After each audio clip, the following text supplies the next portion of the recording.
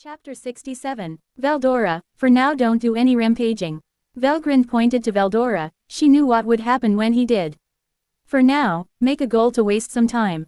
Even Veldora knows what will happen to him, although he can't help it himself. Goal is it? Veldora tilted his head, all that he knew was rampaging and destroying the cities of humans as a prank. What kind of goal, sister? How about having a human form? Rimuru pointed out. He noticed that Veldora was not able to turn to human. It's not like he was not able to, but more like he did not bother to learn how to do it. Even now, you could say he hasn't even achieved about half his true potential. When Rimuru fought him, he barely had any real skill in the way he fought, it was just raw storm magic that was fired at him without any plan. But I do not know how to. How about asking Sist? Please no. Veldora screamed at the top of his lungs, the voice echoed to the surrounding that alerted all living things near them and ran to different directions. Then what about Big Brother? Velgrind changed suggestion, if it was Veldanava who had a lots, if not always have some free time. She was sure, he wouldn't mind training his younger brother, especially if this will help improve Veldora's character. Big Brother, I'll try. Veldora pumped his dragon fist, nodding to himself. I'll contact Guy, telling him that if he wants someone to dispose of a city or country you'll do it. Rimuru gestures with a thumbs up at Veldora, knowing that the impulse to cause mayhem won't disappear just from a simple talking. The best they could do is limit it and control where the damage is to be done.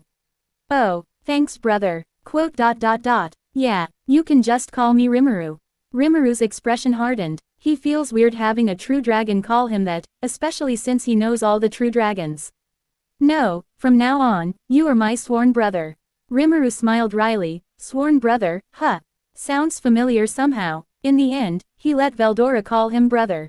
Rimuru and Velgrind returned to Citadel, leaving Veldora to go to Veldanava. Passing through the gate, he noticed that a large crowd was in the quarters of the Enkies and Sirens. Ah, I can already guess why. Rimuru muttered as he sensed Ramiriz's aura in the middle of the large crowd. What a coincidence, me too.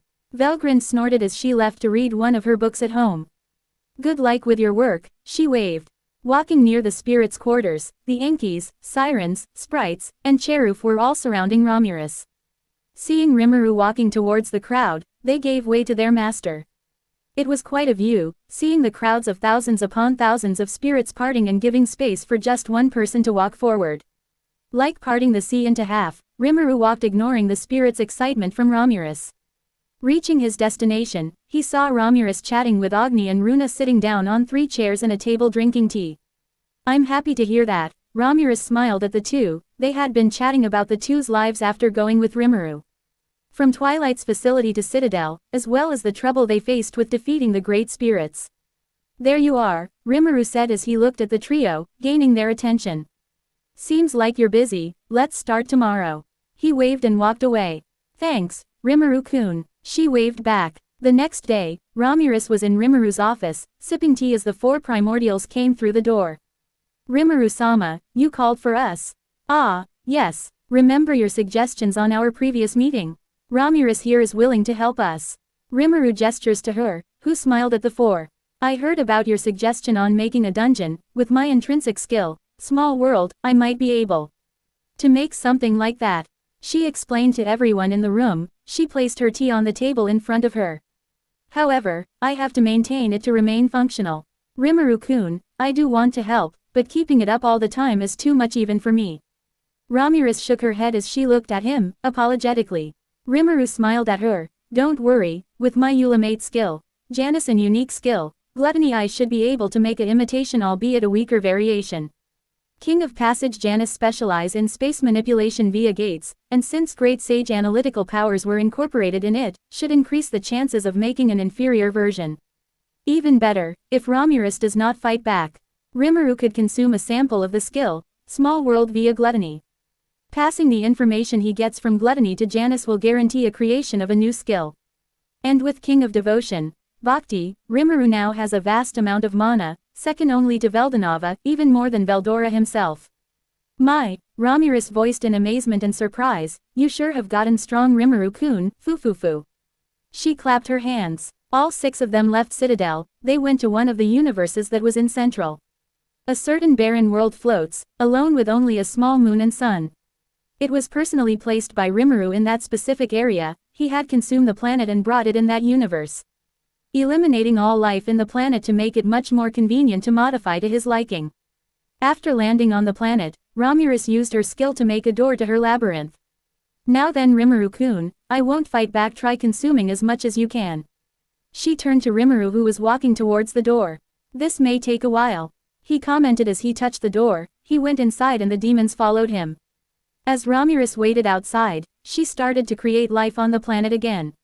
She used her powers as Queen of the Spirits to create oceans and nurture the ground to be habitable again. Hum tilde hum tilde hum tilde, she hums as she flew all around the planet. It had been more than a month and Rimuru has still not returned from the door to the labyrinth. Yet, she returned to the front of the door. She could feel that her control of the labyrinth has been weakening for the past weeks now. Sure, she was not resisting, but for Rimuru to manage to control the labyrinth fascinated her. Then, the door opened, and from the other side Rimuru, who was being supported by Diablo and Testarossa as his leg was barely working from mental exhaustion. Romulus, this is all I could take, the rest is too much for just gluttony. He snickered as he laid on the ground looking at the surroundings. Looks like the place has been decorated while we were gone, he commented as he could already sense wildlife to be wandering around the land. Foo, I had some free time. Romulus giggled. So, do you think you could make something similar? Well, not exactly like it. I couldn't make a labyrinth or create a different dimension just yet. I still need to boost my analytical capabilities on that part, but I did manage to copy the modification part. He pointed out. He then placed his two hands on the ground. Magicules coursed through the entire planet in a minute, and Romulus could feel that Rimuru now has complete control on whatever is in the planet they were standing on. The air that the animals breathe in, the fertility of the ground, the amount of minerals inside volcanoes, how many lakes and mountains. He could manipulate them all on his whim. World modification. From his words, several tower-like structures started to sprout from the ground like a tree. Each tower has a width of hundreds of meters and kilometers in length, some of which are capable of reaching the clouds in the air, while others are able to reach the top of the ocean while being under the sea. Kufufufu as expected of Rimuru-sama. Amazing. As expected of my lord. The amount and quality of each dungeon is wonderful. Romulus was shocked with what Rimuru was able to make. Sure, all he managed to copy WSA modification, but just that was able to create something like this. Image what he could have done, if he could create his own dimension just like her. Not only that, if he could copy her skill to manipulate to life or death of those inside her territory as well. From what she could tell, he is only capable of modifying the structure, not the control of the life of those inside. I'll rest a bit, you four each get 10 towers, I give you access to limited control and can modify the towers you chose.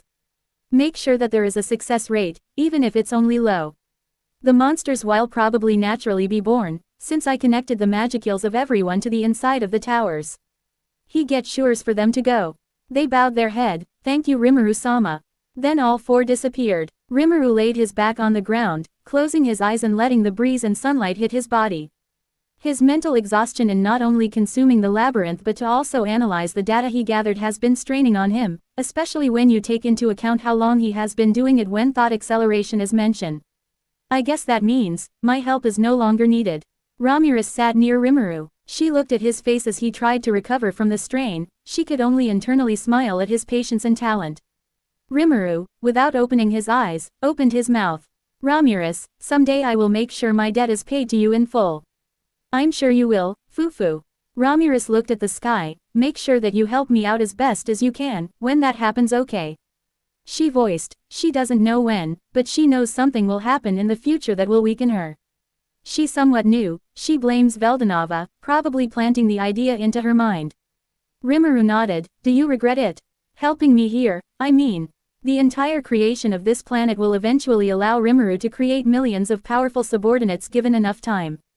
Especially now that they know how sages and saints are made, with enough struggles and pressure on battles, they can awaken those who have potential. Why do you say that? Romulus asked as she looked at his face. Of course she knew why. She had thought of it when she told him that she is willing to let her skill be of use. I could become a threat, maybe not as an enemy, but because of my actions. Helping me here could have led to some dangerous changes in the timeline. Rimuru-kun, the timeline is already changed. There is nothing we could do about it if we keep trying to maintain it. No one knows if things will go well or not, we should just do the things we think can lead to a better future and timeline for us. I guess so, thanks. They kept quiet for hours, waiting for the return of the primordials. And as the primordials returned, they all returned to Citadel. Ramirez stayed with Agni and Runa for a while. Rimuru ordered the primordials to start using the dungeons on the volunteers.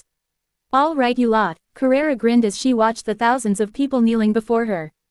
This is one of the dungeons that was given to me by our silver god. If you manage to reach the top, you will attain power better than you have now. She snapped her fingers and the entrance to the dungeon opened. Ah! The people shouted as they ran to the dungeon. With their equipment and weapons they prepared themselves to become stronger and much more useful. There's eyes, laced with a create an amount of madness, that the primordials may have instilled in them so they won't fear death. In another one of the dungeons, Testarossa was sitting as she drank some of her tea. Moss, how is the progress? She asked the demon child Moss. The child was named by Rimuru. Majority of the Arcanas and others were given rewards for their brave efforts in battle. He was given the honor of receiving a name from his master, to which he was eternally grateful for. His ego has also flourished better than ever. He was now allowed to speak by Testarossa. So far, 30% of those that went in have died, and about 5% have reached floor 6. Moss answered with a bow. Merlin could be seen standing from behind, fascinated by the large structure before his eyes. Make sure we get their souls. In the worst case that we can't turn them into human sages and saints, we could still turn them into lesser demons. Testarossa ordered and Moss bowed. Each floor of the dungeons have 2 demons taking the souls of the dead warriors. This is on all dungeons, on all of the primordials. They knew that almost all if everyone will die in the dungeon, but they cannot just lose this much pawns. Those who still have the will to continue marching to the dungeon will be revived as a human. Jahil should be able to create a human body from his facilities, considering what he was able to research all this time. For the others, they came up with the idea of turning them into lesser demons, and have them go to the dungeon again, this time their goal being evolving into greater demons. They would be relocated to a place where others would not know of their existence. They have specific dungeons just for them, as they cannot really die. Ultima was talking to the people standing in front of her. Most of you will die, but that's not our problem, go. Death pinched the bridge of her nose from Ultima's quick speech. She had her group also marched into the dungeons. She had warned them that they will have a guarantee of death if they go in. That only those that are prepared to die should march in. She didn't tell anyone that those that died will be turned into demons. All they know is as long as you don't give up, you will be revived as humans, and not that if they give up they will turn into a demon. After all, they might just let themselves be killed and not try. Beside, only those with the best potential will be turned into demons, the rest will be offered up to the silver god Rimuru. As food, Kufufufu, this sure is an interesting process of acquiring power. Struggles and pain, the desire to survive through such disasters and horrors that will forcefully awaken their inner talent. Diablo was standing atop one of his dungeons. He watched as the other dungeons in his view were also being swarmed by people who were willing to die to become stronger. We must get stronger, we cannot disappoint Rimuru-sama. He spoke to himself, as well as the others. Kufufufu, not again, never. To be continued.